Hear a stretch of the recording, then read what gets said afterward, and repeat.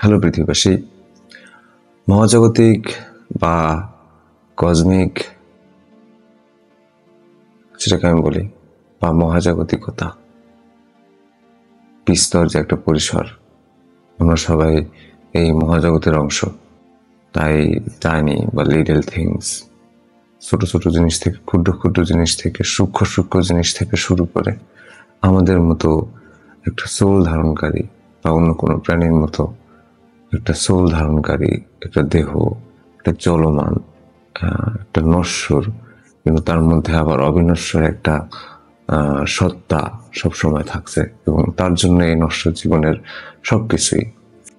তো আমি কি বলতে চাচ্ছি যে যেহেতু এটার জন্যই সবকিছু, I don't know where the soul really locate. আমি জানি না সোল কোথায় থাকে বা রু কোথায় থাকে, কিন্তু সত্যি বলতে যদি আপনার জীবন চালিকা বা আপনার জাগতিক ক্ষমতা, আপনার হাত পা চোখ নাক মুখ সেন্স চিন্তা মগজ, এই সব কিছু একটা জিনিসের কারণে, একটা সত্তার কারণে, যে সত্তাকে আপনাকে পরিচালিত করে, এটাই নিয়ম।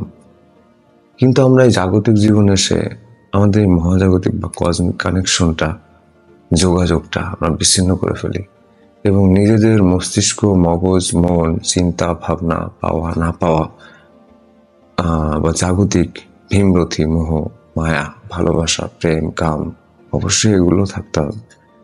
কিন্তু আপনার যে মহাজাগতিকতা বা আপনি যে একটা সোল, এবং এই সোলের জন্য আপনাকে এই দেহকে দেওয়া হয়েছে, আপনার দুটো জিনিসকে একসাথে কম্বাইন করে পবিত্র হিসেবে পাঠানো হয়েছে। এবং সেটাকে আপনি কিভাবে সংরক্ষণ করছেন বা কোন কাজে লাগাচ্ছেন, আমি আমার দৃষ্টিকোণ থেকে বলতে গেলে আমি এখনো কোনো কাজেই লাগাইনি। আমার মনে হয় জাস্ট লিভিং লাইফ, এরকম মনে হয়। জড়তা জড় বস্তু, যাই হোক। তো মানুষ হিসেবে আমাদের একটা আদর্শ না, আসলে আদর্শ ঠিক না, একটা আদর্শ সম্বলিত উদ্দেশ্য নিহিত থাকতে হবে জীবনে। আমরা যাই করি, মানুষ এমন কিছু নাই যে করে না। সত্যি বলতে সবকিছু করে মানুষ, অন্য কোনো প্রাণী বা অন্য কোনো সত্তা পৃথিবীর করে না। মহাজাগতিক অংশ বা মহাজাগতিক অংশ যাই হোক, যেই হোক, অবশ্যই তারা একটা নিয়ম মেনে চলে।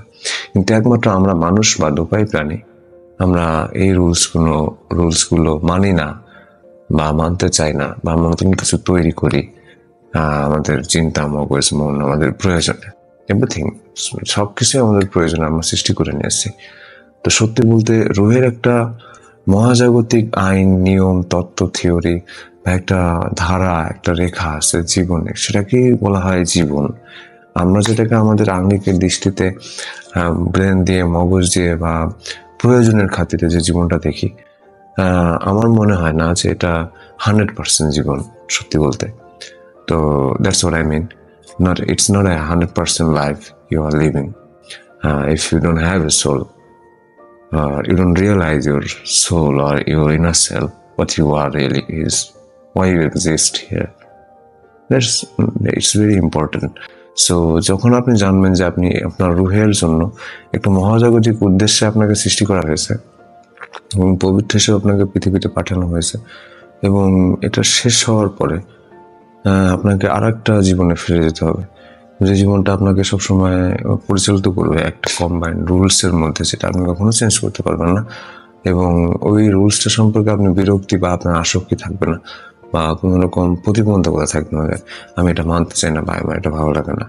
সেখানে আপনার সবকিছুই ভালো লাগবে।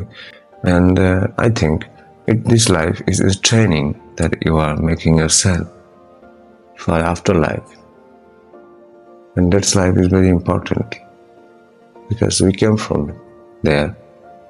আমরা সেখান থেকে এসেছি সত্যি বলতে, এবং সেখানেই ফিরে যেতে হবে।